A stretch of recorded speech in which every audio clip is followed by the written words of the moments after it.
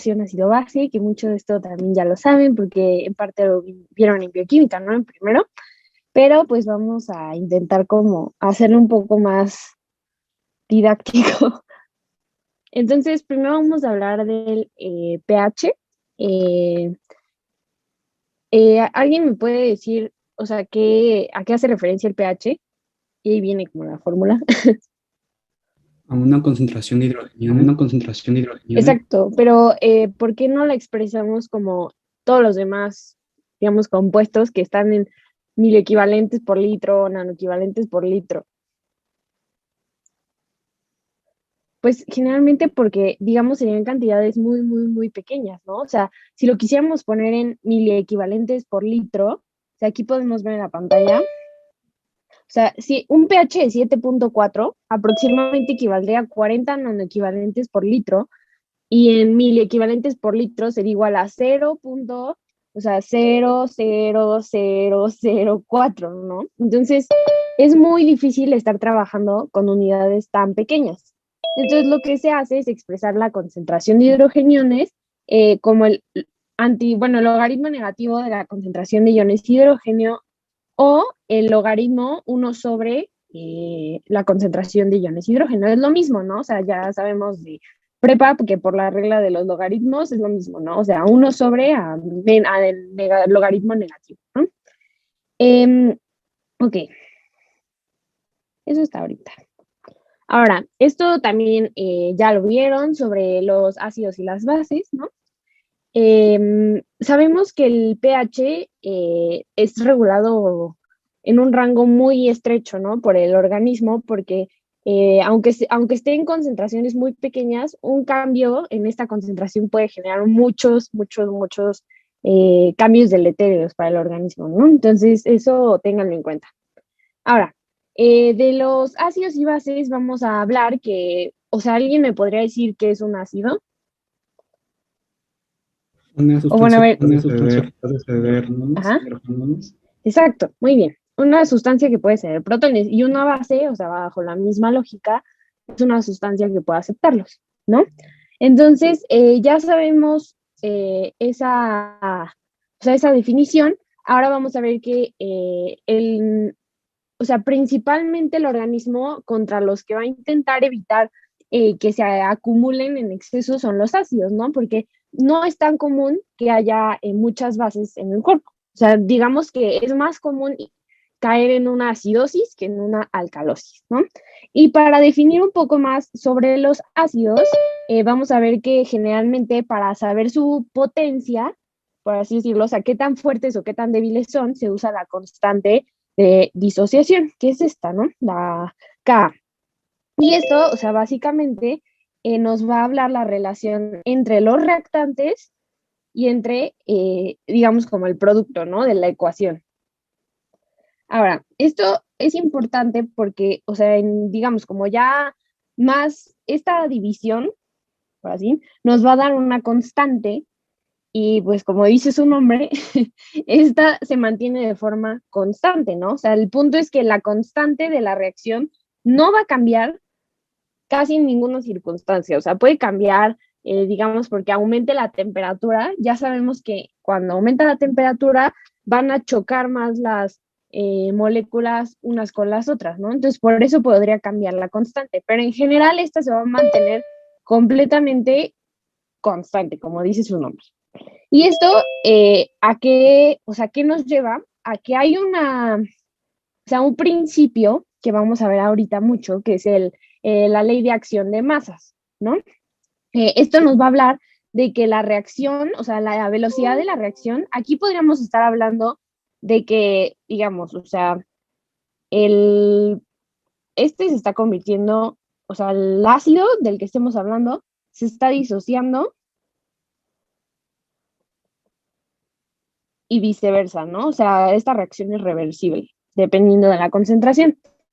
La ley de acción de masas nos va a decir que o sea, esta división se tiene que mantener constante.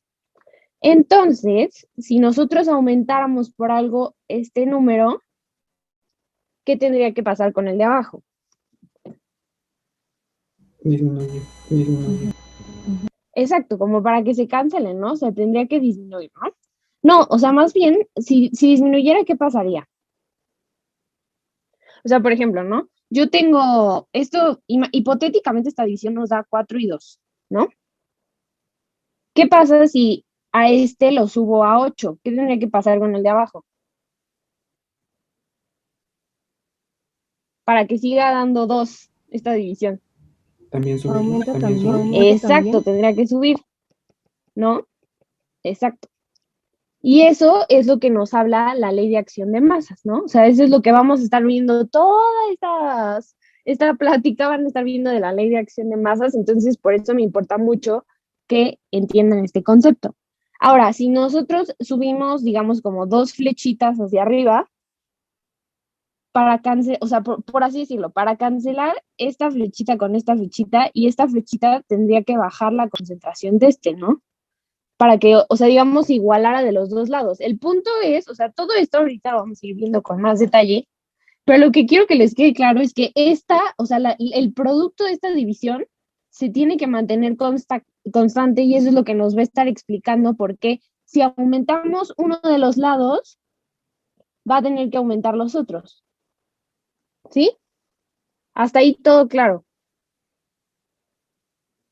¿O alguien tiene alguna duda? Todo claro, todo claro. Ok, va, perfecto. Ahora, se los voy a estar preguntando mucho, entonces, va, entonces vamos a hablar ahora de la pKa, ¿no? La pKa es la misma fórmula que el pH, o sea, es el logaritmo negativo, pero ahora de la K, ¿no? O sea, de esta constante que nos está dando. Y, o sea, esto, si recuerdan más o menos bioquímica, ya no nos vamos a volver a meter, pero de lo que nos habla es, digamos, en qué pH este ácido débil está en mitad su forma aceptora y en mitad su forma donadora de electrones, ¿no? O sea, nosotros sabemos que, bueno, cuando hay ácidos fuertes, digámoslo así, lo que va a ocurrir es que van a estar tan disociados, ¿no? O sea, va a haber, o sea, siempre que estén en una solución, van a estar perdiendo sus protones y van a estar acidificando la solución. Entonces van a tener una K muy alta y un pK muy bajo, porque es el logaritmo negativo, ¿no? ¿Sí? O sea, un ácido fuerte va a tener una Ka muy alta y un pK, es más, lo voy a decir. Ácido fuerte va a tener una Ka muy, bueno, muy alta, ¿no? ¿Y qué va a ocurrir si es un ácido débil? Pues va a estar completamente en su forma, digamos, como protonada, no va a estar en su forma ionizada, o sea, no va a estar con estas, o sea, donando protones al medio, y eso significa que la K va a ser muy baja, ¿no? O sea, en un ácido débil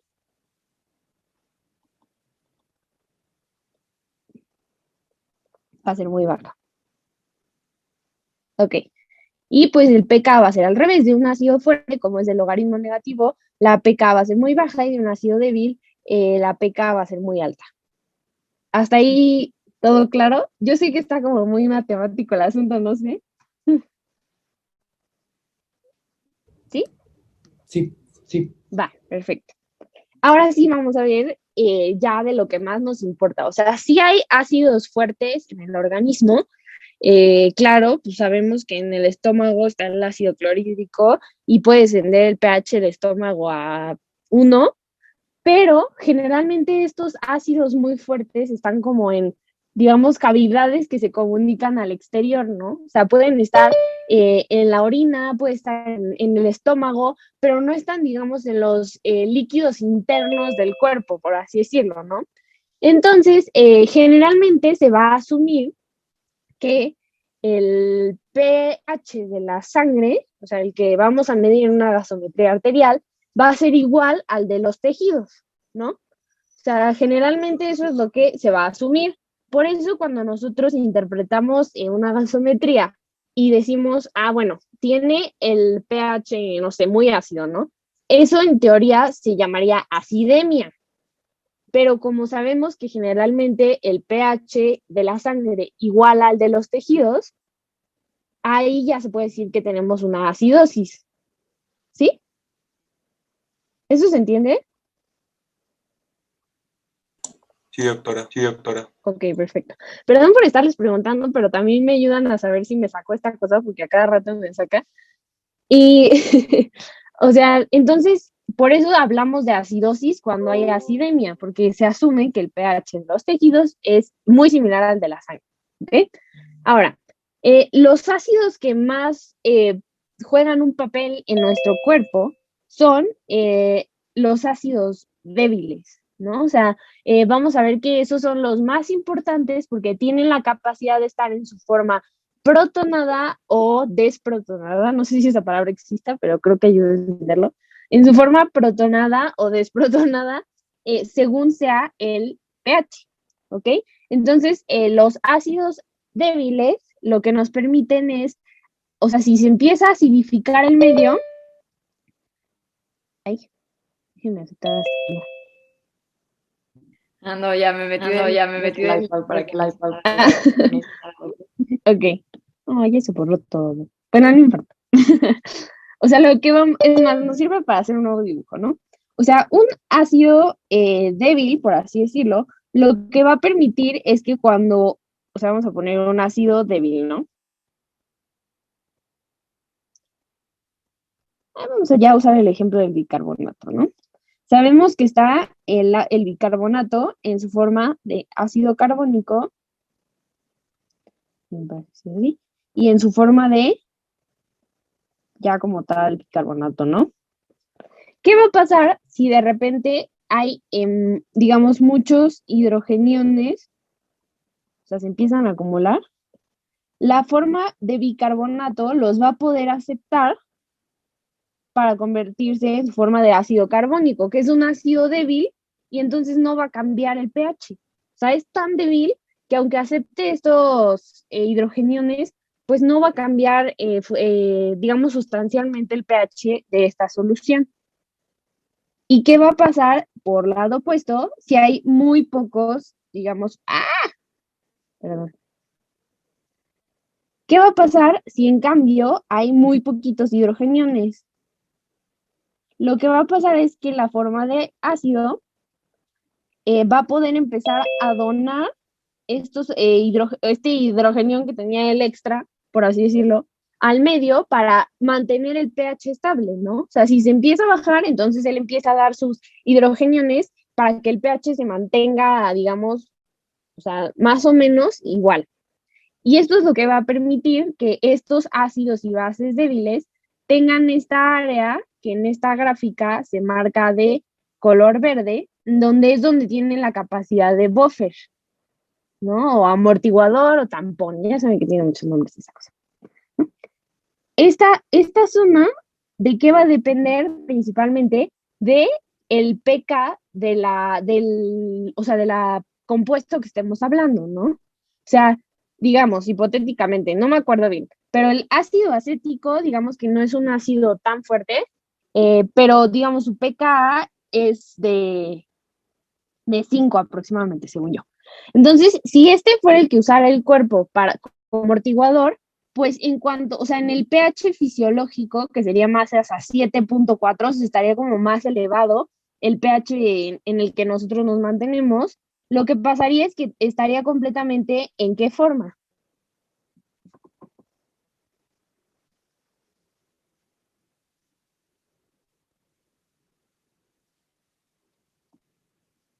¿Siguen ahí?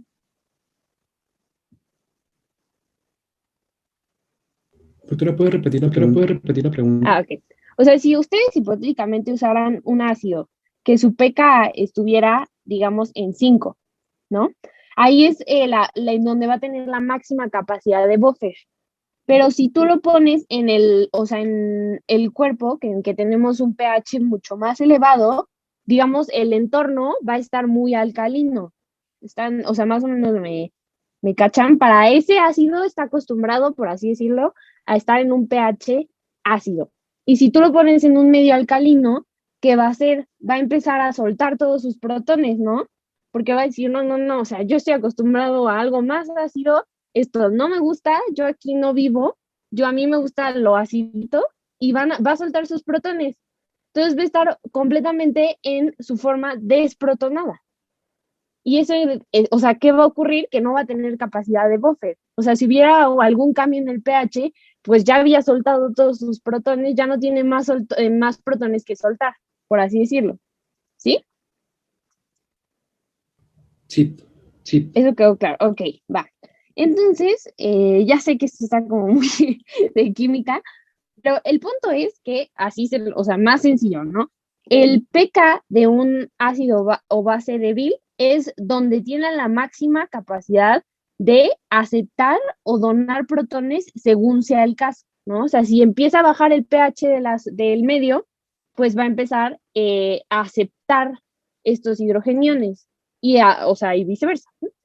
Entonces, eso es lo que hace que algunos ácidos débiles, como el bicarbonato, sean buenos amortiguadores en nuestro organismo, ¿no? Porque nosotros manejamos un pH aproximadamente ya, o sea, eso ya se lo saben, como, bueno, no lo voy a decir porque lo voy a preguntar después, pero, o sea, que la pK del bicarbonato sea de 6.1 permite que esté, digamos, en su forma mitad y mitad para que si hay un cambio en el pH pueda aceptar o donar protones. ¿Va? Sí, Sí, doctora. Sí, doctora. Va, perfecto. Ahora sí. Entonces, ¿cuál es el pH normal? Alguien que me diga. De 7.35 a 7.45. 7.45. Sí, muy bien. ¿Cuál es el bicarbonato normal? O sea, el valor de bicarbonato. Ajá. 24 milímetros. Sí, o sea, generalmente lo ponen como 25 más menos 3. Que van a ver que, o sea, depende del laboratorio y de los valores de referencia y de la población que puede variar un poco. Pero generalmente va de 25 más menos 3, ¿no? O sea, como 22 a 28 aprox. ¿Y cuál es la PaCO2 normal? O sea, la que medimos en sangre arterial. 35 De 45. 45. Exacto, muy bien. Y esto ya saben que es mil equivalentes por litro, el pH contiene unidades, y este sería milímetros de litro. Entonces, exacto, eso es importante que lo tengan muy en mente para todo lo que vamos a ver después. Va.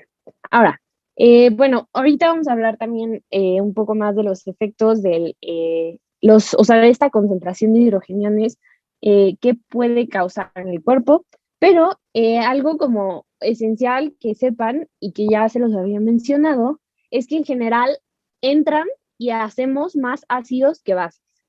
Y por eso la mayoría de los mecanismos del cuerpo van a intentar compensar acidosis que alcalosis, ¿no? O sea, tienden a más bien intentar bajar el pH. Y, no, al contrario, subirlo, sí. Y, o sea, las fuentes de ácidos pueden ser, digamos, como exógenas o endógenas. Entonces, ¿alguien me puede decir un ejemplo de fuentes exógenas o externas de ácidos?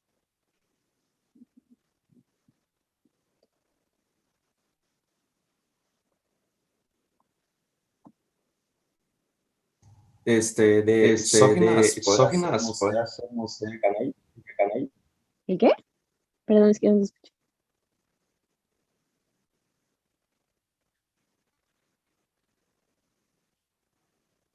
¿Me puedes repetir? Perdón, es que creo que se cortó. No sé si fue en mi internet.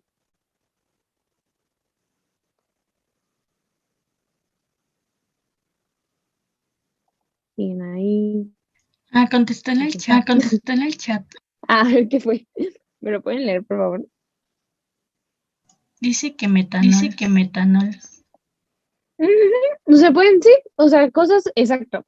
Como algo que, digamos, entre por afuera, ¿no? O sea, puede ser el metanol, pero, o sea, digamos como, o sea, algo que consuman todos los días. Que espero que no sea metanol, ¿verdad? O sea, algo que coman así. O sea, no sé, están viendo una película y se hacen que unas chips fuego con Valentina y limón, ¿no? Carla puso que proteínas. Sí, los aminoácidos en las proteínas también, pues justo se llaman aminoácidos, ¿no? Tienen un grupo carboxilo. Ay, sí se escucha. Tienen un grupo carboxilo y pues es ácido, ¿no? Son ácidos orgánicos. Y exacto, o sea, las proteínas, los ácidos grasos, si le ponen limón a sus chips fuego, el ácido acético, o sea, tienen muchísimas fuentes en la dieta de ácidos, ¿no? Ahora, esto es muy importante, pero lo más, y que les tiene que quedar claro que aporta como más del 90% de todos los ácidos que se forman, o sea, a nivel del cuerpo o del organismo, es, o sea, la respiración, ¿no? O sea, ya saben todo lo de pues, toda la respiración, ¿no? O sea, ya lo vieron desde la parte molecular hasta la parte de fisio, los primeros años, ¿no? Y, o sea, justo que o sea, el CO2 es lo que genera la mayor cantidad de producción de hidrogeniones en el cuerpo. Pero, o sea, ahí va la pregunta, o sea, ¿el CO2 es un ácido? No. Ok, entonces, ¿por qué acidifica? Porque cuando reacciona con el agua, es ácido carbónico. Exacto. Entonces, muy bien. Ya, o sea, saben que aunque el CO2 no sea por sí mismo un ácido, lo que pasa es que como tiende a reaccionar con el agua, puede formar este ácido carbónico. Y lo importante también de esto es que, número uno, esto puede ocurrir de forma espontánea. O sea, de verdad, con que solamente haya CO2 en el cuerpo, este puede reaccionar con el agua y formar ácido carbónico. Sin embargo, esto no ocurre de forma rápida, ¿no? O sea, solamente hay como ciertos tejidos que sí pueden hidratar este CO2 para formar ácido carbónico de forma muy rápida. ¿Y cuáles serían?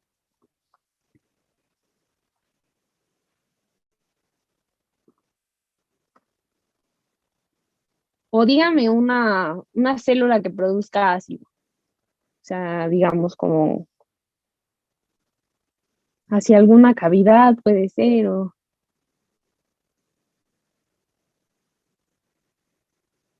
¿Podría ser el eritrocito? Ajá, los eritrocitos, ¿no? ¿Y qué enzima tienen los eritrocitos? Anhidrasa carbónica. La anidrasa carbónica. También, o sea, ¿cómo se llama? El epitelio, las células parietales en el estómago tienen anidrasa carbónica. Muchas de las células del riñón, que no, ahorita vamos a ver que nos ayudan pues, a excretar o reabsorber estos hidrogeniones de distintas formas, tienen anidrasa carbónica. ¿Ok? En el ojo tenemos anhidrasa carbónica. O sea, de verdad, esa enzima está en muchos lados y es la que nos ayuda a que esta reacción, que ya había mencionado, pero no vi el nombre de quien lo mencionó porque no puedo ver nada, pero esto, o sea, esa reacción suceda de forma más rápida, ¿no? Y estos tejidos producen muchísimos ácidos. Entonces, esta es como la principal fuente de hidrogeniones en nuestro organismo, ¿ok? El CO2.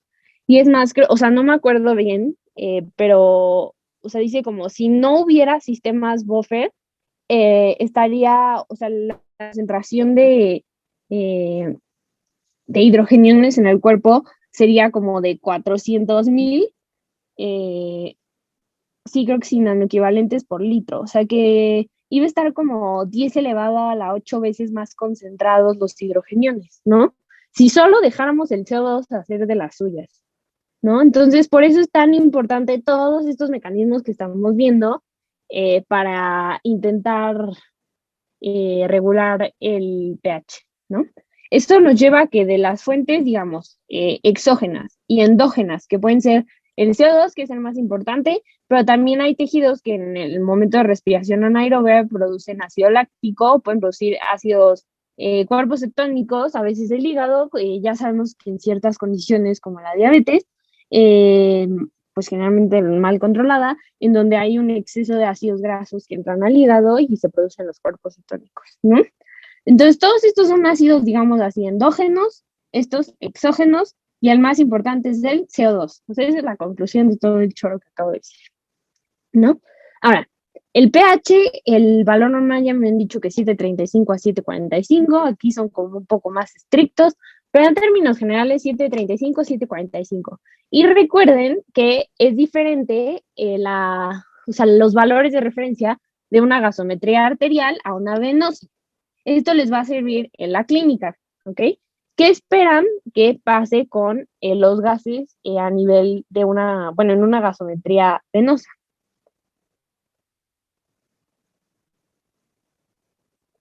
Que haya más CO2. Exacto. Principalmente haya más CO2. ¿Y eso qué le va a hacer al pH? ¿Lo acidifica? Exacto, lo baja, ¿no? Entonces los valores de referencia del pH van a ser más bajos y la concentración de CO2 va a ser mayor, ¿no? Y así pueden principalmente diferenciar. Y por algo alguien no se acuerda de qué lo tomó, que lo dudo mucho, si fue de arteria o vena, ya saben, ¿no? Ahora, los buffers principales que hay en el organismo y que también vamos a hablar un poco más de ellos, principalmente quedamos que es el bicarbonato en el líquido extracelular, las proteínas, algunas proteínas como la hemoglobina y algunos fosfatos que están en forma intra y extracelular, pero principalmente intracelular, ¿no? Y en la orina principalmente los fosfatos y, bueno, el amoníaco y amonio, que eso también lo vamos a ver ahorita un poquito más a detalle, ¿no? ¿Y qué ocurre? O sea, primero, si entra un ácido, que es lo que les digo que es lo que más le preocupa al cuerpo, a las bases no le preocupan tanto. Entran los ácidos y los buffers van a actuar y lo que van a hacer es, digamos, literal amortiguar, ¿no?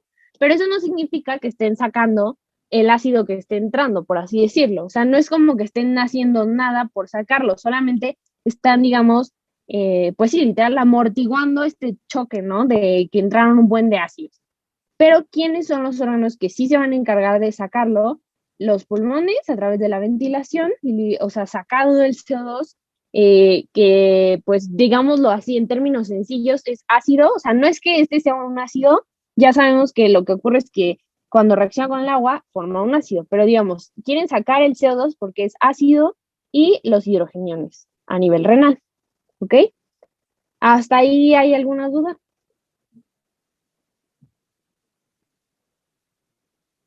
No, todo bien.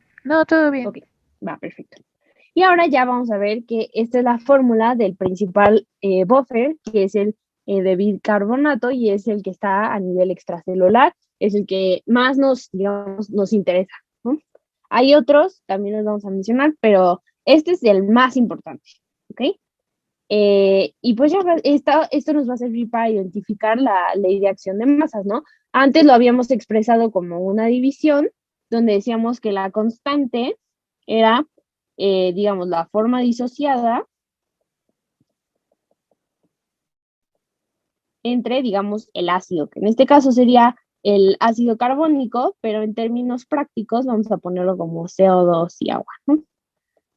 Porque es más sencillo, o sea, podríamos escribir toda la reacción, pero es un show. Entonces, ¿no? Y esto, o sea, esto es lo que vemos como esto, ¿sí? Es esta reacción, es lo mismo, o sea, nada más que aquí se expresa, digamos, como en forma de los reactantes entre, o sea, lo que se va a formar y aquí entre como los compuestos que se están interconvirtiendo entre ellos, ¿no? Ahora sí, ya para hablar como tal de los mecanismos que tiene el cuerpo para, pues digamos, para controlar el pH, que vimos que es muy importante y vamos a ahondar un poco más en por qué, pero vamos a empezar con los buffers, ¿no? Entonces, vamos a ver que hay varios. Creo que el dibujito que viene en la práctica está más chistosito, pero, o sea, básicamente a nivel extracelular está el de bicarbonato, puede haber algunos fosfatos inorgánicos principalmente, y a nivel intracelular está principalmente la hemoglobina, el fosfato orgánico, y esto es muy importante porque, o sea, el fosfato, ¿recuerdan de qué les dije que dependía la capacidad de buffer de un ácido base débil? Es su pK. De su pK, exacto. Entonces, entre, digamos, más esté situado en una solución donde su pH es parecido a su pKa, mejor capacidad de buffer va a tener. Y eso es lo que hace que el fosfato sea tan efectivo a nivel intracelular, porque aquí está, o sea, su pKa se parece más al pH intracelular, que es un poco más bajito, y eso permite que tenga mejor acción como buffer, ¿ok? Y bueno, también hay otras proteínas intracelulares, entonces, pues, o sea, también, o sea, por ejemplo, ¿no? Hay ciertos como órganos que tienen capacidad de amortiguar el pH, pero ocurre, digamos, de una manera un poco más crónica. O sea, un ejemplo es el hueso, y en los pacientes que tienen enfermedad renal crónica, el hueso tiene la capacidad de, digamos, o sea, aceptar hidrogeniones, entre comillas, pero soltar, o sea, el carbonato al sangre, ¿no? Pero a costa de, pues, de desmineralizarse, ¿no? Entonces también hay otros como, pues sí, o sea, órganos, sí, eso no sé. O sea, que pueden participar en esta, o sea, como buffer en caso de que el pH esté, digamos, descontrolado de forma crónica, ¿no? Ahora, aquí ya me habían dicho un poco de la anhidrasa carbónica, ¿no? Que también se encuentra dentro de los eritrocitos y es la que permite que, pues, o sea, los eritrocitos tienen la hemoglobina, que es un buen buffer porque también tiene la capacidad de cambiar su pKa según esté oxigenada o desoxigenada, ¿no? Bueno, esta también va a tener la capacidad de, digamos, aceptar un hidrogenión según la circunstancia, ¿no? Si está muy ácido, pues lo acepta, si está muy básico, pues lo suelta, ¿no? Y también la anhidrasa carbónica es esencial dentro de los eritrocitos porque es la que puede, digamos, o sea, hidratar el CO2, convertirlo en ácido carbónico y cuando se disocia en hidrogeniones y bicarbonato, pues permite la salida de bicarbonato a la sangre a cambio de ¿qué? Algo que tenga carga negativa y está mucho en la sangre. El cloro. Exacto, el cloro. ¿No? Y esto es a lo que se le llama el shift del cloruro, ¿no? Entonces tienen la capacidad, digamos, de soltar este bicarbonato a la sangre a cambio del cloruro. Entonces eso también es la importancia de los eritrocitos y porque ellos también cargan mucho, o sea, tanto la hemoglobina, el oxígeno, como el CO2, ¿no? Y ahora, pues ya, o sea, vamos a hablar del que más nos importa. O sea, todos estos sí son importantes, no estoy diciendo que no, pero el más importante es el de bicarbonatos. Ese es el que, de verdad, si se quieren aprender uno, apréndase ese, ¿no?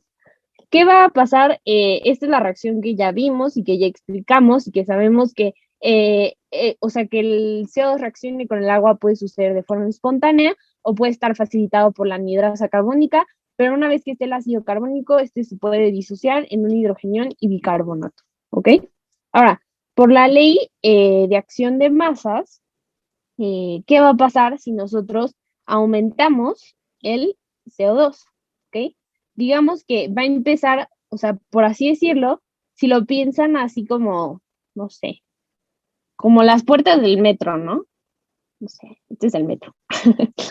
Si empieza a llegar mucha gente de este lado, ¿qué va a pasar? O sea, van a empezar a entrar a los vagones, ¿ok? Entonces va a aumentar este lado de la reacción, ¿va? Entonces, aquí, ¿qué va a pasar? Si nosotros aumentamos el CO2, esto va a, digamos, mover la reacción hacia el otro lado y va a aumentar la concentración pues, de los reactantes, ¿no? O sea, en este caso, si lo veamos como una división, sabemos que aquí está el H, aquí está el H3-, y aquí quedamos que vamos a poner CO2 y el agua, ¿no?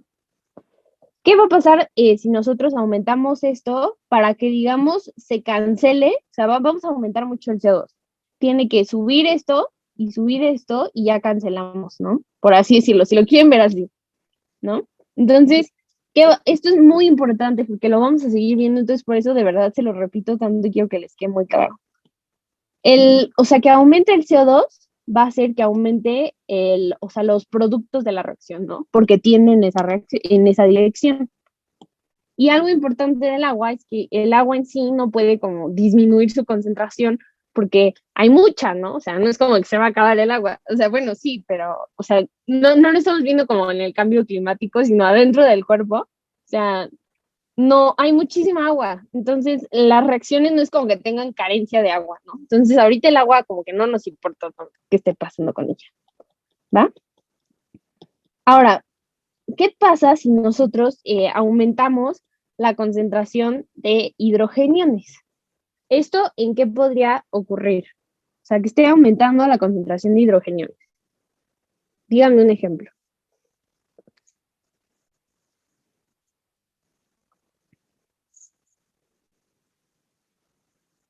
Ya habían dicho uno por ahí.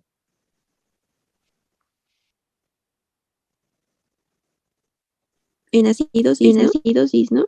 Ajá, pero o sea, ¿qué puedes estarte metiendo, o sea, al cuerpo que te vaya a donar estos hidrogeniones y aumentar la concentración? Un ejemplo.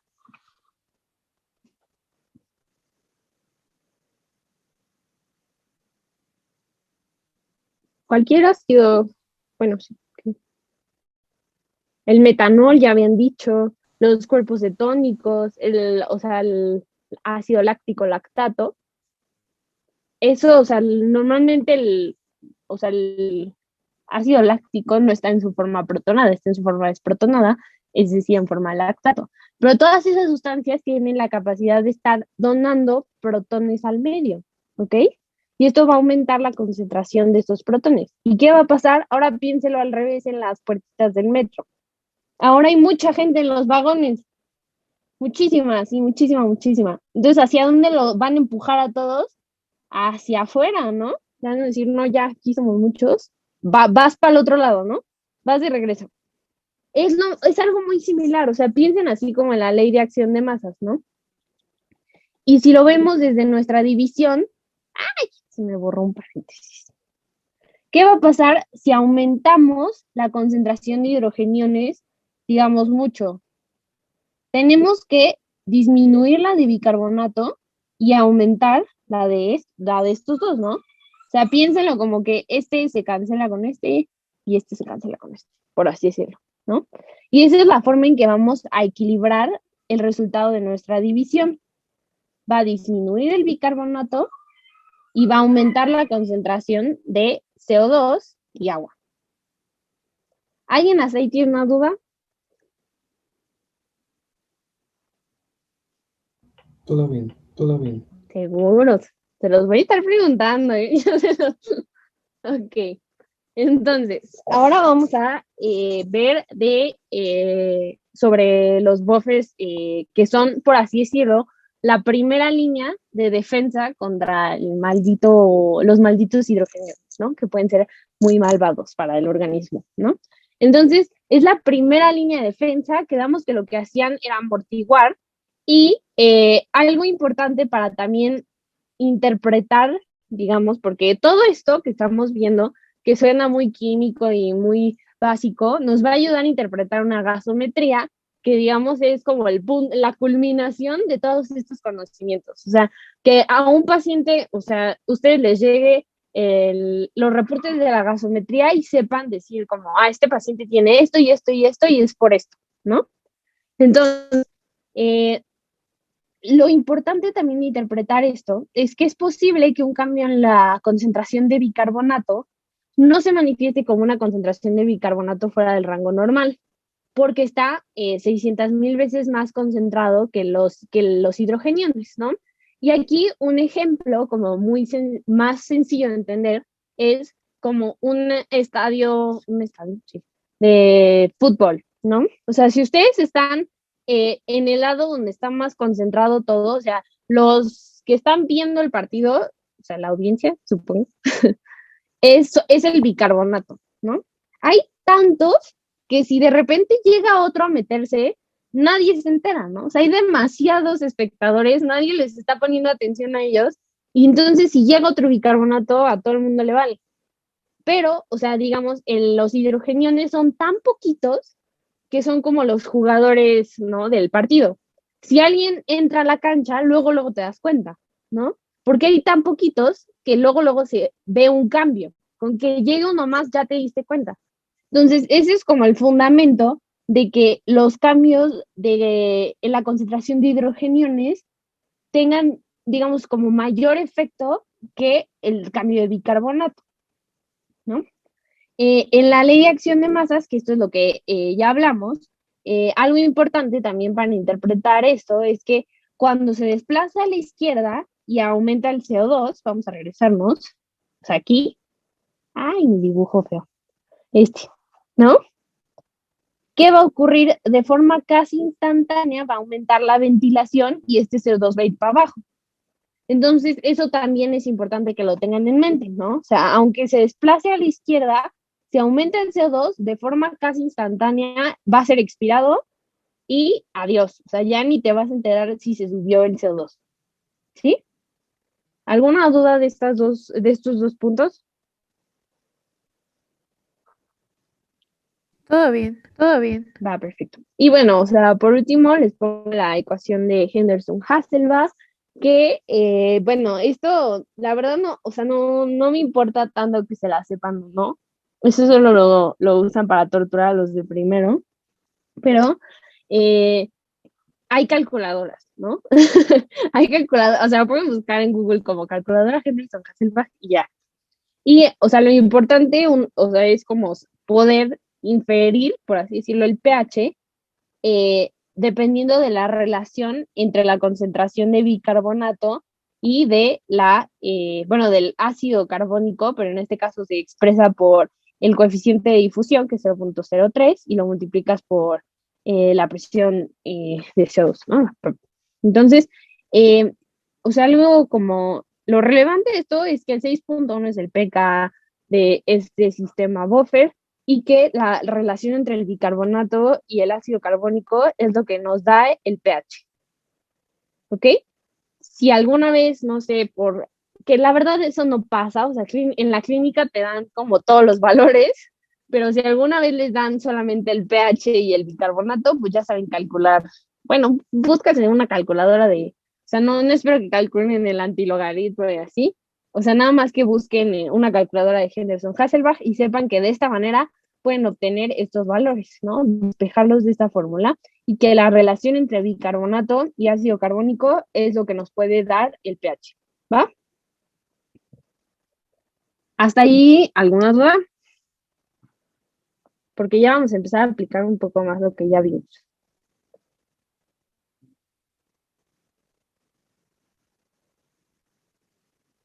Ok, tomar eso como un no. ¿Siguen ahí? Sí. Sí, Ok.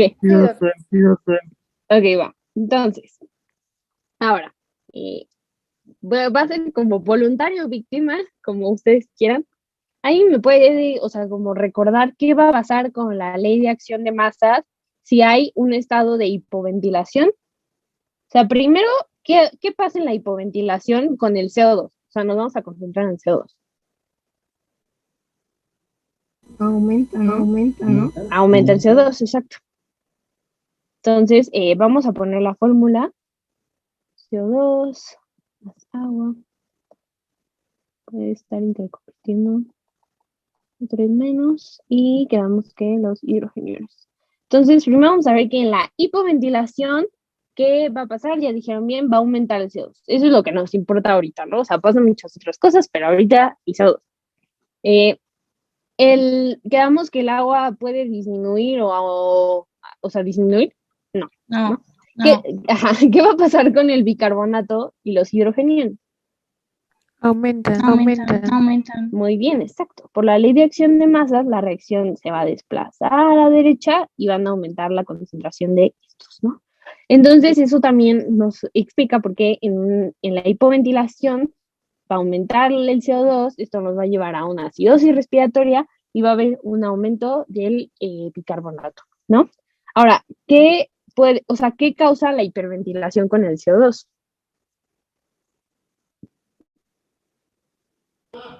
Disminuiría. Lo disminuye, muy bien. Vamos a escribir todo.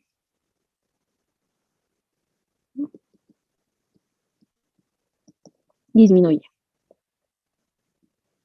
El agua la dejamos en términos prácticos igual. ¿Y qué pasa con el bicarbonato y los hidrogeniones? Disminuyen Exacto. Muy bien. Va perfecto.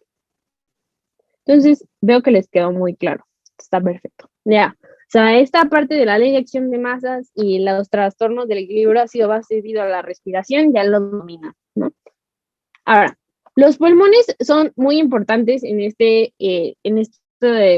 pues, trastornos, digamos, por dos cosas. Pueden ser causa, pueden ser consecuencia, ¿ok? O sea, un problema en la ventilación, como los que acabamos de ver, pueden alterar los hidrogeniones en el plasma, ¿no?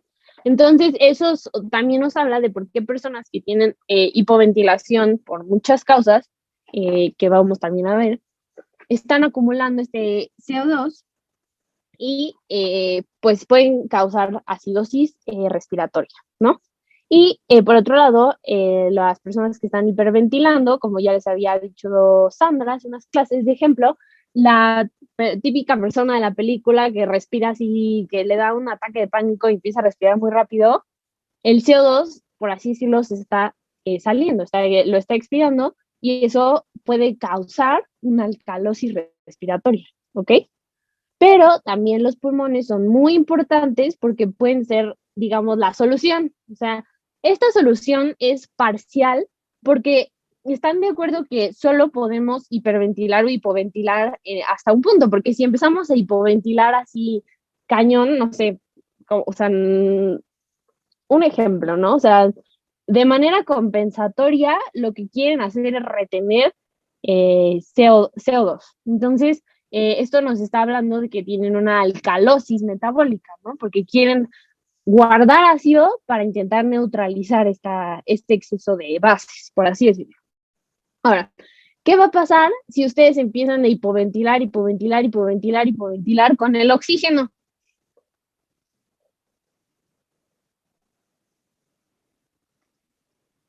¿Va a estar habiendo intercambio de gases si están hipoventilando? No. No. Entonces, ¿el oxígeno va a entrar? No. Entonces, ¿qué va a pasar? Pues se van a hipoxemiar, ¿no? Entonces, también por eso digamos que las respuestas pulmonares son parciales. O sea, tampoco lo puedes llevar a un extremo de dejar de respirar por retener CO2. ¿Qué va a ocurrir, no? Eso es muy importante que entiendan estas asas, ¿no? Tanto o sea, los hidrogeniones como el CO2 van a estimular o sea, estas respuestas compensatorias por parte del pulmón, ¿no? Algo como, o sea, a mí la verdad como que no me gusta mucho esto de como ser purista, porque no, yo siento que lo importante es entenderlo, pero hay muchos libros en que te dicen que en realidad respuestas compensatorias no está bien dicho, porque compensación es como cancelarlo, por así decirlo. Y aquí lo que estás haciendo es una respuesta secundaria. Entonces, que el término correcto son respuestas secundarias y no respuestas compensatorias, porque en realidad no estás como compensándolo absolutamente. Entonces, por hacerles caso a esos libros, vamos a decirle, esta respuesta secundaria, ¿por qué va a ocurrir? ¿No? Puede ocurrir tanto por el CO2 como por los hidrogeniones, ¿ok? Por un lado, primero vámonos con los hidrogeniones, está más fácil. O sea, si se empiezan a acumular los hidrogeniones, disminuye el pH y ¿quién lo va a detectar? Nuestros famosos quimiorreceptores que están en el cuerpo carotídeo y aórtico, ¿no? Están detectando este descenso del pH, lo que va a mandar un estímulo aferente a los centros respiratorios de la médula oblongada o bulbo raquídeo, ¿no? Esto ya lo vieron y entonces ya yo supongo que va a ser como muy sencillo, ¿no? Esto va a activar los potenciales de acción en los cuerpos de las neuronas motoras que, bueno, digamos, el brazo eferente va a ser los músculos de la ventilación, lo que va a aumentar la frecuencia y la profundidad de las respiraciones. ¿Esto qué va a hacer? O sea, que aumenten las respiraciones, va a sacar, por así decirlo, el CO2, entonces va a disminuir la concentración, bueno, la presión parcial de CO2 en el plasma, y por la ley de acción de masas, esto va a disminuir la concentración de hidrogeniones y aumentar el pH. ¿Sí? ¿Todo eso quedó claro o quieren que lo diga como de otra manera o lo repita o ya? ¿Podría repetirlo, doctor? Sí, claro, mira.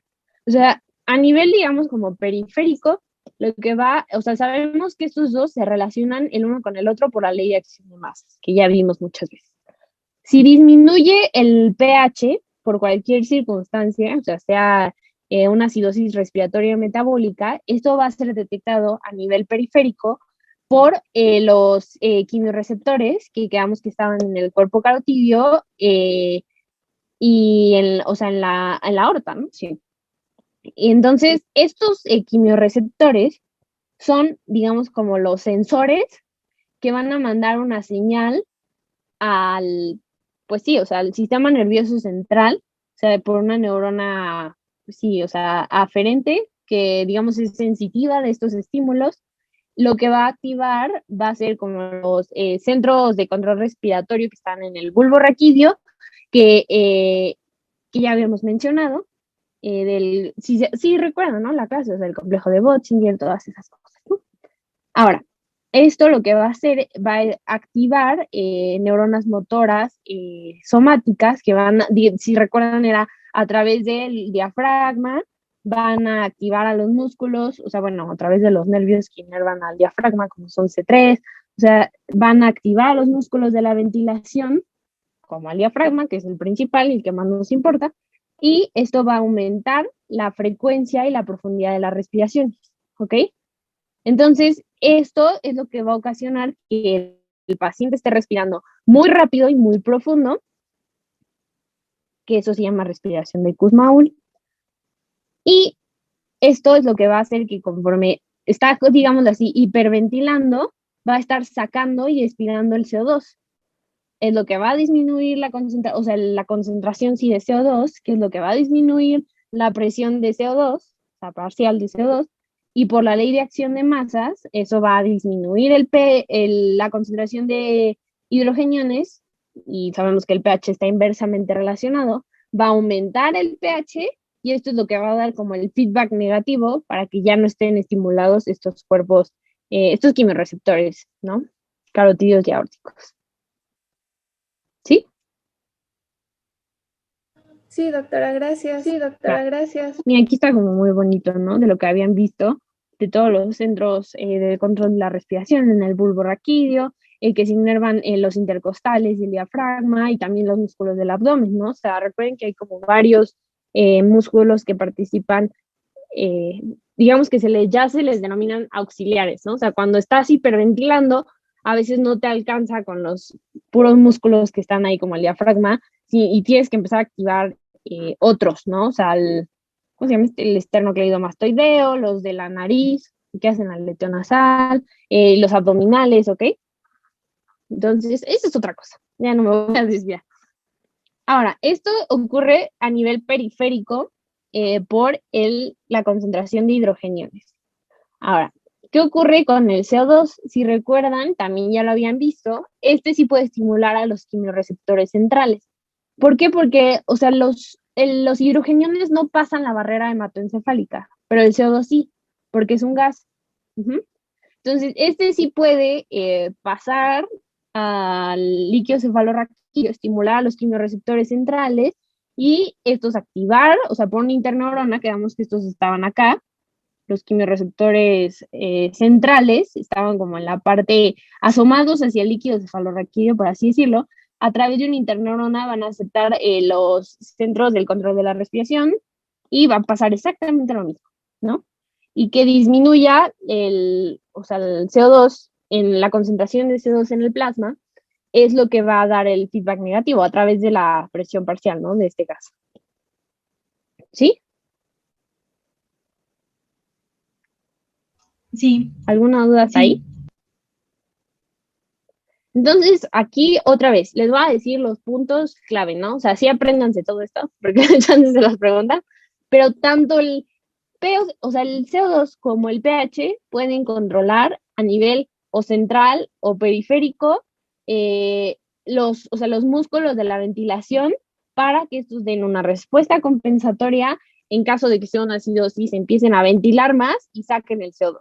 Y esto es lo que va a dar un feedback negativo para que o sea, dejen de estar activos, ¿ok? Y lo mismo, o sea, algo importante es lo que les mencionaba antes, de que la hipoventilación solo puede llegar hasta cierto punto, porque ¿quién va a detectar la presión parcial de oxígeno? ¿Los centrales o los periféricos? Los quimioreceptores centrales o periféricos. ¿Los periféricos?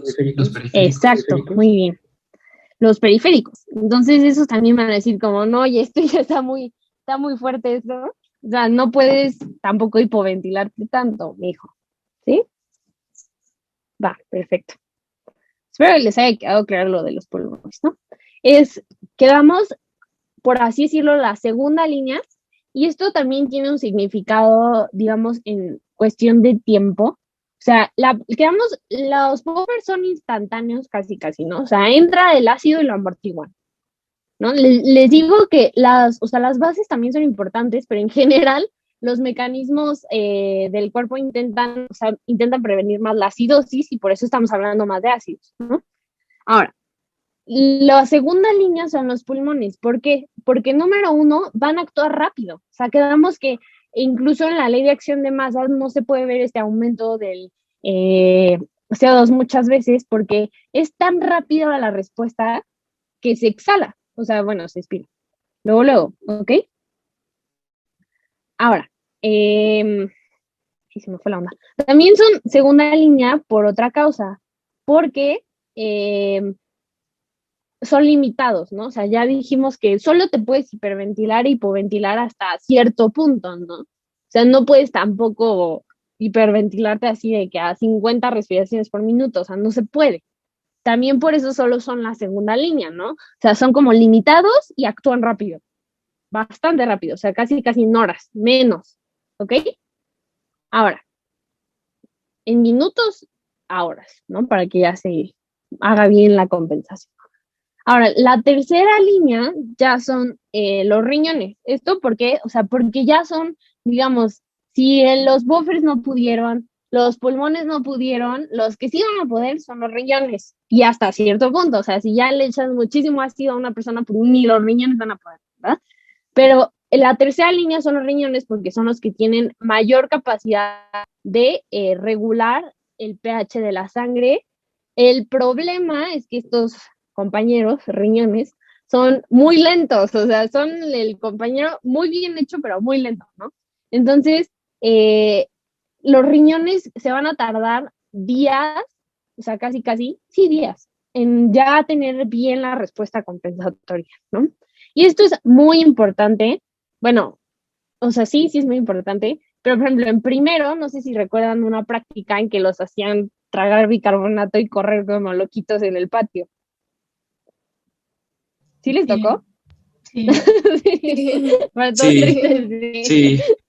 Ah, bueno, en esa, no sé por qué, siempre ponen como, sí, es que los riñones están compensando. A ver, los riñones no compensan en una hora que dura tu práctica, o sea, los riñones se tardan muchísimo, ¿ok? Se tardan días. Entonces, eso es muy, o sea, muy, muy importante que lo tengan en mente, ¿ok?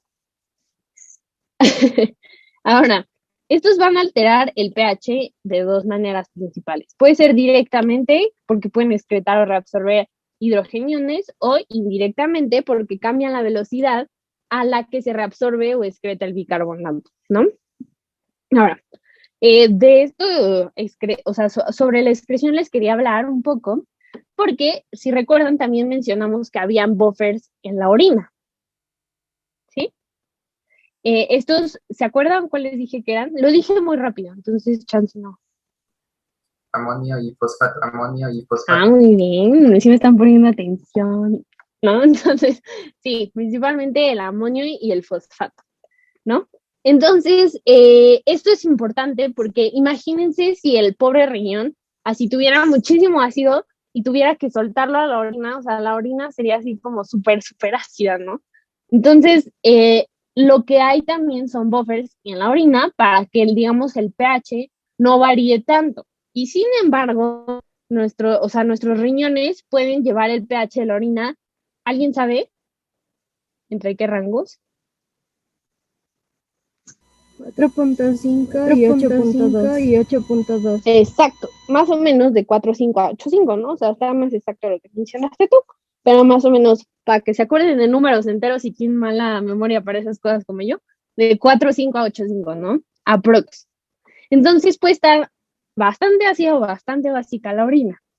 Entonces, lo que les quería remarcar es que hay como dos principales buffers en la orina, ¿no? Quedamos que uno, o sea, es el fosfato, que básicamente, o sea, si está en su forma en que no ha aceptado, o sea, un hidrogenión, puede aceptarlo. Ah, no, ya me equivoqué. H2, voy a poner blanco porque no hay goma en esta cosa.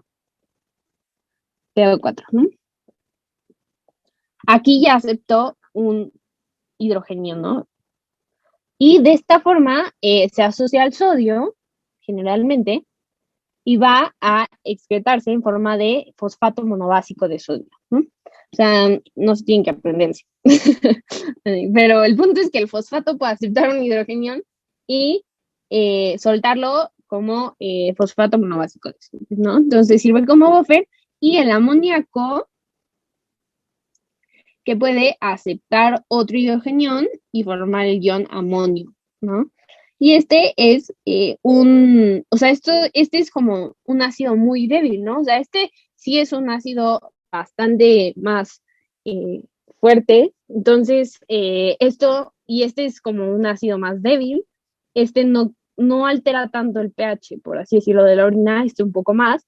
Y muchos de los hidrogeniones que se sueltan a la orina se asocian a bicarbonato y se amortiguan, ¿no? Y esto a lo que nos lleva, y lo que les quería decir, es que el principal ácido que se va a medir es este, o sea, el fosfato, los fosfatos, ¿no? O sea, que principalmente están en fosfato monobásico de sodio. Entonces, esto es lo que van a medir, o sea, cuando mencionan lo de la acidez tiritable, ¿no? Ah, no, titulable. Sí, o sea, el punto, la verdad, o sea, si quieren, es importante que lo sepan y viene en la práctica, pero no, yo nunca, o no sé, Sandra, ¿qué opine? Yo nunca he escuchado a alguien que en un hospital le pida como, mídeme la acidez titulable de esta muestra. Híjole, no, yo tampoco.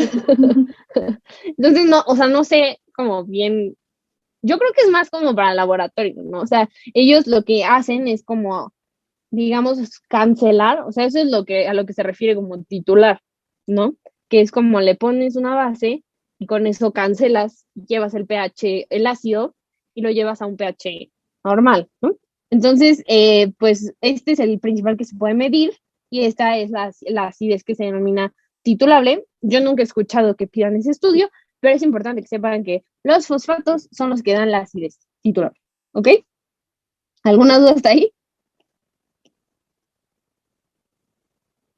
No. Ok, va. Entonces ya, hablando como súper rápido de los riñones, ¿no? ¿Qué va a ocurrir? Esto ya tiene mucha como aplicación clínica, entonces ojalá como que esta parte ya les guste más, espero que todo les haya gustado, pero esta parte está como más interesante. Los riñones son como algo muy espectacular para el equilibrio ácido-base. Ya se quedó aquí pausado mi señalador y no lo puedo quitar. A ver, espera. Ya se quitó. Ahí está. Ahora, vamos a ver que hay dos partes de la nefrona que participan principalmente en el equilibrio ácido-base, ¿no? El túbulo proximal y el túbulo colector, ¿no? Que a eso ya se le llama nefrona distal, ¿no? Ahora, ¿qué va a ocurrir? A nivel del glomérulo se va a filtrar una cantidad muy importante de bicarbonato sea, he leído que aproximadamente sería como el equivalente a medio kilo de como bicarbonato que usan para cocinar. ¿Sí han usado el bicarbonato para cocinar? Sí, sí. Ah, bueno.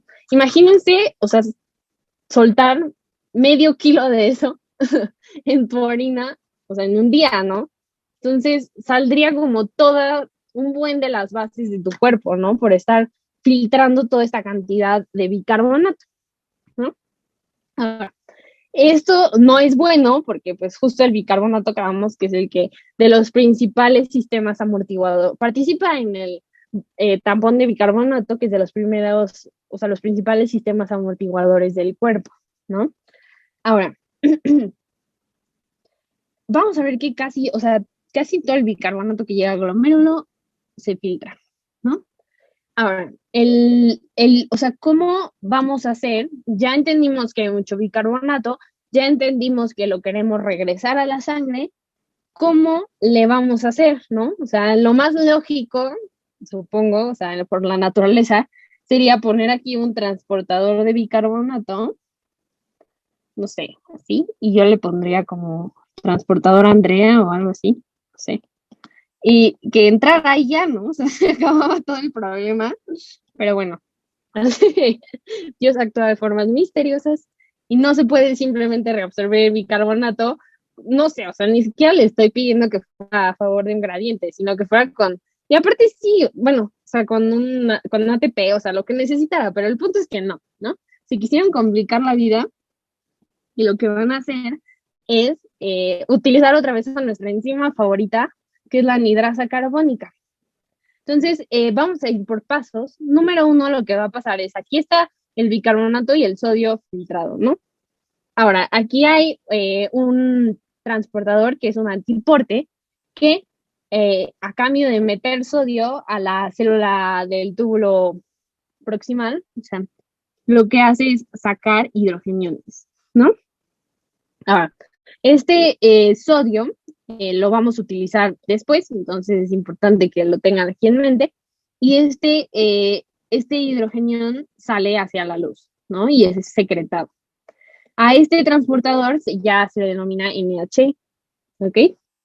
Y quedamos que, o sea, no utilizaría como un transporte, o sea, un antiporte, mete sodio, saca hidrogeniones, ¿no? Este hidrogenión lo que va a hacer es unirse al bicarbonato filtrado con ayuda de la anhidrasa carbónica. Sabemos que esta enzima es bidireccional, ¿no? O sea, toda esta reacción son como interconvertibles, ¿no? O sea, unos en los otros. No es como que por la ley de acción de masas es que se puede regresar a formar algo, ¿no? O convertirse en otra cosa, que eso ya lo vimos. Entonces, la anhidrasa carbónica favorece que estas dos reacciones formen ácido carbónico, luego la anhidrasa carbónica ayuda a que formen CO2 y agua, y el CO2 puede, o sea, siendo un gas, ya puede difundir hacia adentro de la célula, ¿no? O sea, ya no necesita ningún transportador. Este es como el paso 3. Lo que ocurre aquí es, ok, ya tenemos el CO2 adentro de la célula, ¿no? Ahora, ¿qué va a ocurrir? Pues otra vez para reabsorberlo en forma de bicarbonato, pues necesitamos otra vez otra gasa carbónica que lo combinen ácido carbónico, este se disocia en un hidrogenión y un bicarbonato.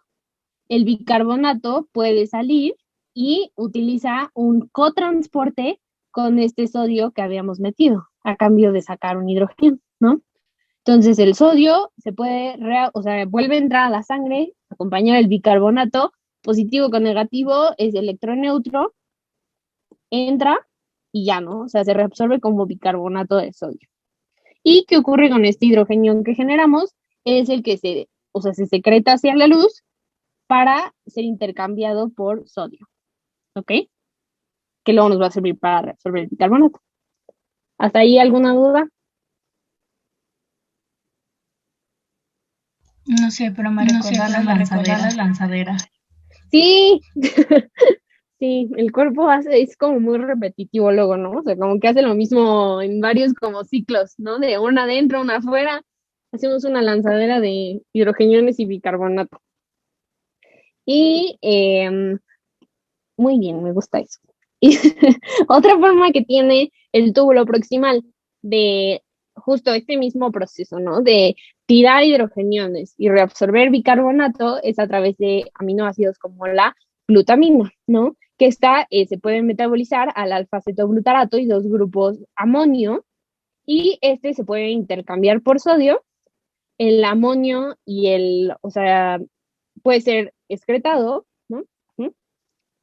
Y el sodio, o sea, el alfa-cetoglutarato se metaboliza a bicarbonato y se puede reabsorber junto con este sodio que intercambiamos por el amonio, ¿no? Y lo mismo, se reabsorbe bicarbonato de sodio y se secretan este amonio, ¿no? Y lo importante es que estos hidrogeniones, ya sabemos que, ¡ay! Perdón, en la orina hay buffers como el de fosfato y amonio, y estos pueden ser como neutralizados, ¿no? Ante eso, qué bueno que me acordé, ¿no? Aquí les quiero mencionar algo. Bueno, se los menciono después, para ya no perder el hilo. A ver. Ahora van a hacer preguntas más clínicas. ¿Todos entendieron eso? Me prometen que les quedó clarísimo. Sí. ¿Sí? Va. Sí, creo que ¿Qué sí. pasa Sí, creo que sí. si yo le doy un inhibidor de la anhidrasa carbónica a este paciente que está haciendo esto en este momento? O sea, en este caso están de acuerdo que estamos eliminando hidrogeniones, ¿no? O sea, entonces, aquí lo que se está perdiendo son hidrogeniones, se está reabsorbiendo bicarbonato, y yo le doy aquí un inhibidor de la anhidrasa carbónica. O sea, cancelo cancelo esta. Ocurriría una acidosis. Muy bien, exacto. Entonces, sí, por un lado, o sea, lo que va a pasar es justo, o sea, este es el proceso que estamos haciendo, estamos reabsorbiendo bicarbonato, tirando hidrogeniones, y entonces, si estoy cancelando las anhidrasas carbónicas, va a haber una acidosis. Y esta acidosis, como está en el túbulo proximal, para que vean cómo la medicina luego es bien lógica, va a ser una acidosis tubular proximal, ¿va? Hay otras causas de acidosis tubular proximal, hay muchas genéticas, hay como enfermedades del metabolismo, como la cistinosis, y otras como el síndrome de Fanconi, que puede ser por muchas causas, pero el punto es que muchas cosas se pueden meter con estas células del epitelio proximal, del túbulo proximal, y esto puede causar una acidosis tubular proximal. ¿Y qué va a ocurrir si yo cancelo la anhidrasa carbónica y dejo este bicarbonato ahí? El bicarbonato puede funcionar como osmolito.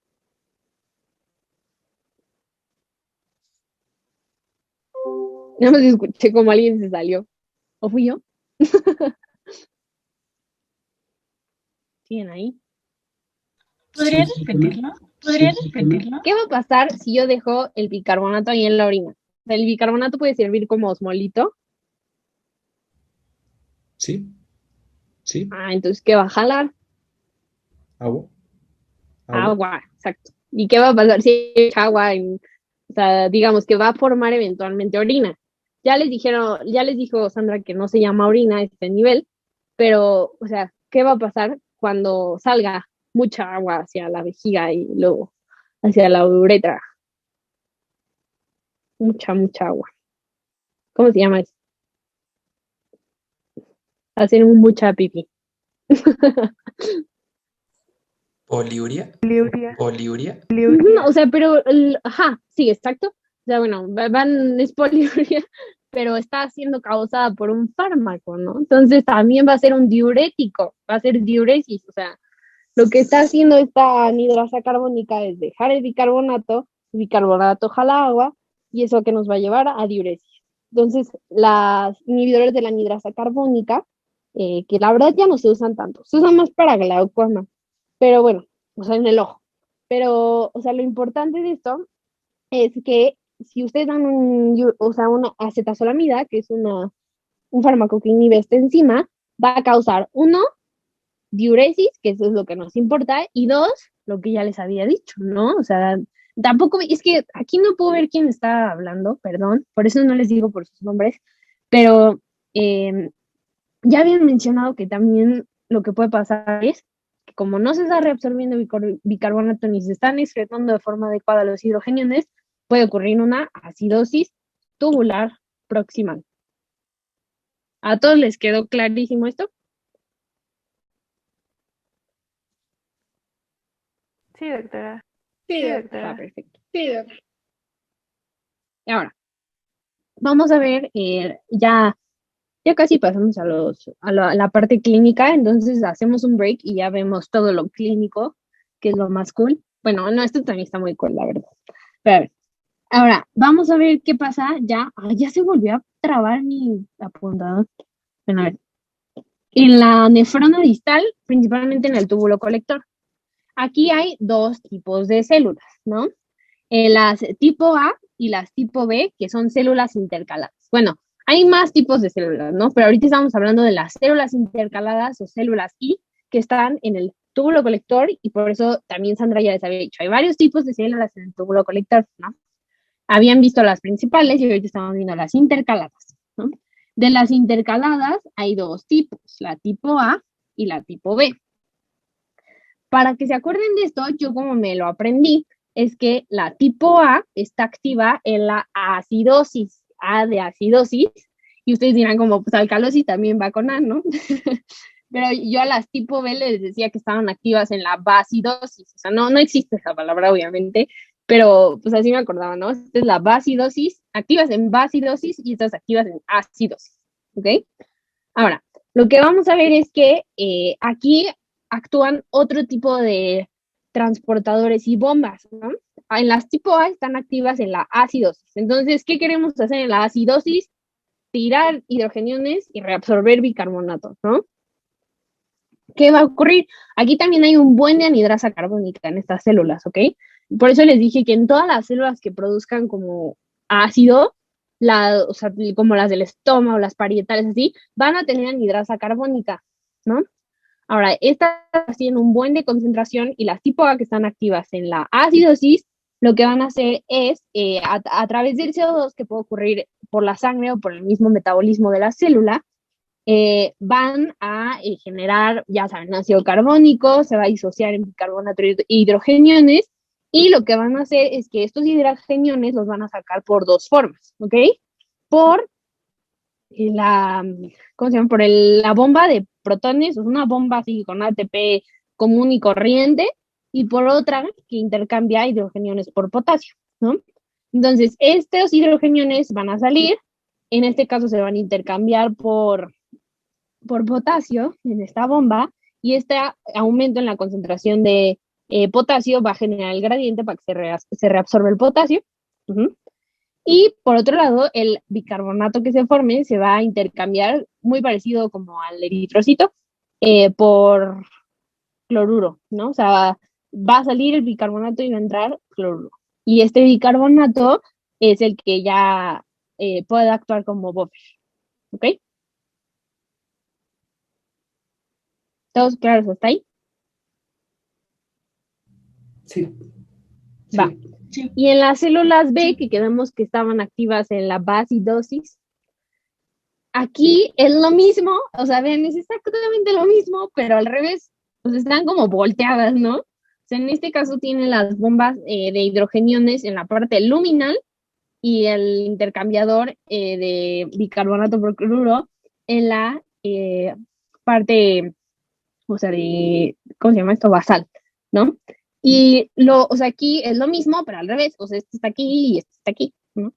Y básicamente aquí va a ocurrir lo muy similar, ¿no? La anhidrasa carbónica va a generar a partir de CO2 y agua, bicarbonato e hidrogeniones. Los hidrogeniones se reabsorben con el uso de estas bombas, que pueden sacar los hidrogeniones e intercambiarlos por potasio, y también pueden, ¿cómo se llama? El bicarbonato sale a cambio de un cloruro, y el potasio ahora va a tener el gradiente para salir hacia la orina, ¿no? Y se excreta. Entonces, en este primer caso, en las tipo A, estamos metiendo potasio a cambio de sacar hidrogeniones, piénsalo positivo, a cambio de un positivo. Y en las tipo B, lo que estamos haciendo es sacar potasio a cambio de meter hidrogeniones, ¿ok? Va, entonces ahora, para que amarre, va la parte clínica, ¿no?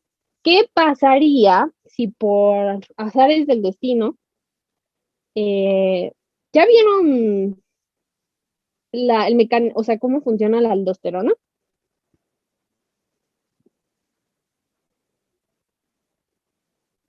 ¿Siguen ahí? Ah, así Sí, sigue. aquí seguimos. Sí, aquí seguimos. ¿Pero no han visto la aldosterona? No, ¿verdad? Tomar eso como un no. Bueno, en términos como súper, o sea, fáciles, van a ver que no es tan fácil, pero lo que hace la aldosterona es o sea, una hormona que lo que hace es actuar en en las células del túbulo colector para meter sodio y con esto agua, o sea, jala agua por osmosis.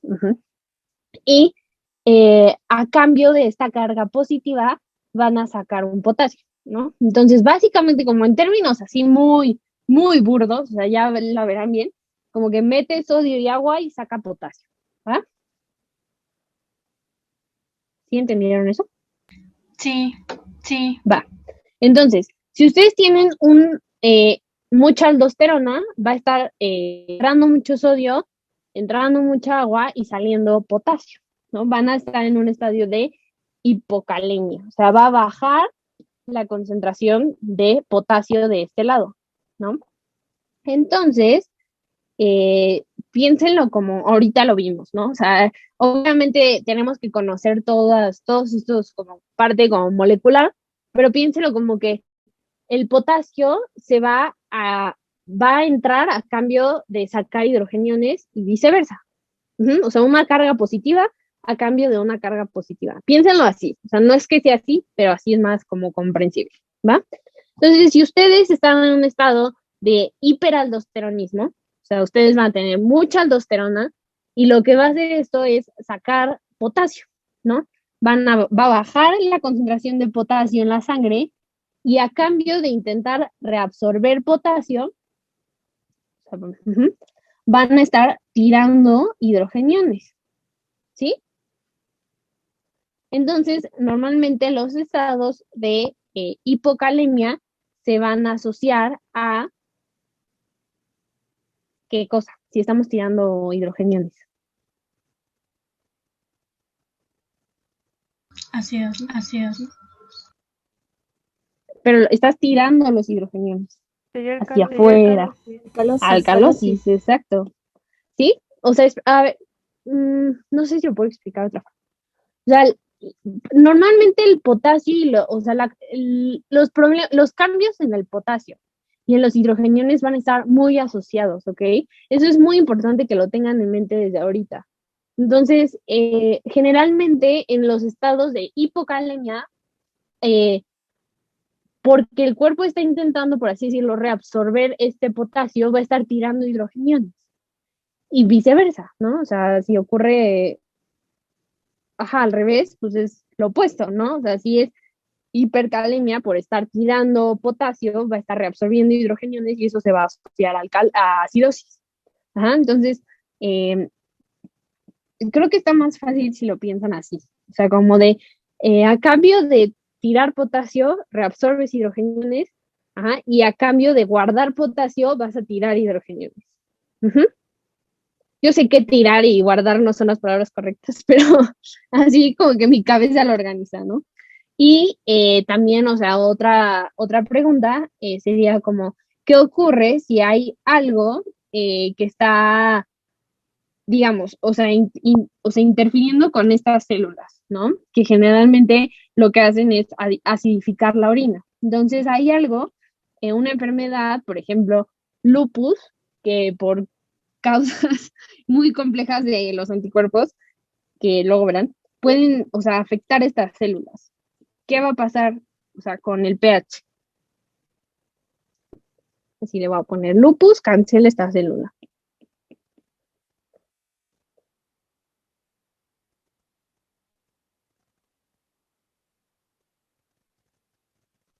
Cancelada.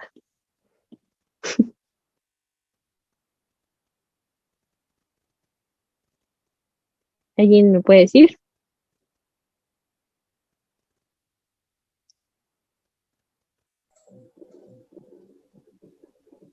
Puso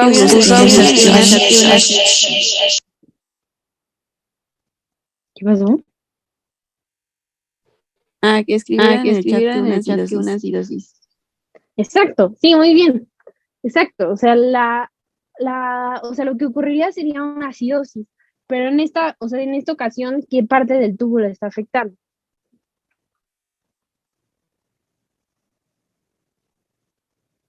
Túbulo Quien colector, sea. ¿no? Exacto, pero es la nefrona distal, ¿no? Eso está raro, ¿no? Pero el túbulo distal y el túbulo colector le dicen nefrona distal. Entonces es una acidosis tubular distal, ¿sí?